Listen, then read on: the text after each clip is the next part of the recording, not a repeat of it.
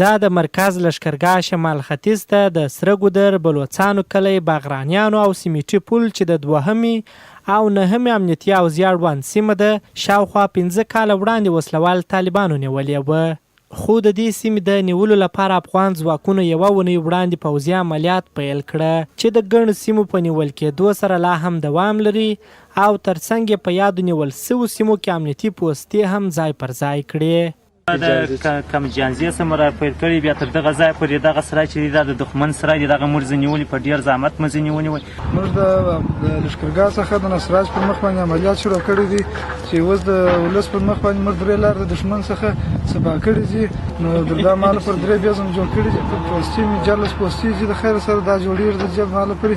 د هلمند ځایي امنیتي چارواکي بیا وایي چې د دغه سیمې نیول کېدو د مرکز لښکرګاه او هلمند کندهار د لویو لارو د امنیت لپاره ضروري وه تر څو د طالبانو د احتمالي ګواښ مخه ونیسي. دوی وایي چې په یاد نیول سوو سیمو کې تر 10 زیاتو امنیتي پوستو د جوړېدو چارې هم دوام لري. په کومه ساحه کې چې مخکې زموږ کمربند وو هغه ډېر په ښار ته نږدې وو چې په سره ګودر په نامه باندې هغه ساحه وه، چاته ډېرې ښاروالۍ ته نږدې وه او یا پوستې د خلکو په کورو کې وې. نو بالاخره بیا موږ دغه ځای ته تصمیم ونیوی چې دلته زموږ موادو کمبود و، مواد مو څخه راورسېدله.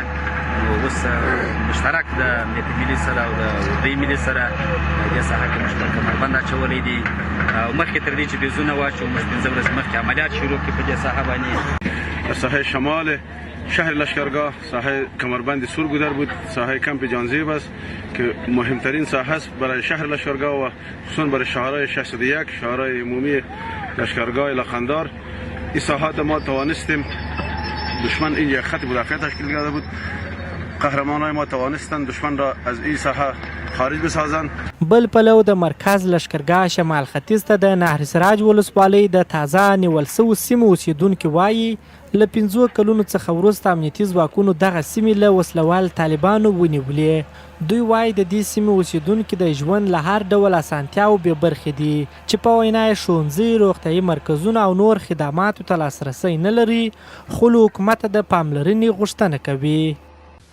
موږ چې راغلي چې یو د حکومت او بل حکومت سره تاوباله کېږي، موږ پشکې خاورې کېږو، موږ پکې تباه کېږو، موږ شهیدان پشکې سوي دي په اوانو باندې، زموږ طبایي سرایونه پشکې هوار سوي، کورونه مو پشکې چور سوي، کښتونه مو د مابینځه پشکې تللي. دا سیمه چې د بلوڅان د نصراج بلوڅانو سیمه ده، پانکیله بلوڅانو سیمه ده. دا اوس د 2 کال وروسته نه اوس حکومت راغلی، یا مکتب کلینیک په هېڅ شی نشته، نه پل نه پلچک هېڅ شی نه. غوښتنه مو دا د حکومت څخه چې موږ ته کلینیکان جوړ کړي، زموږ واله را جوړه کړي، پلچکان راته جوړ کړي او دغه راته جوړ کړي، نه دي داسې مدرسې راته جوړې کړي، داسې کار وکړي.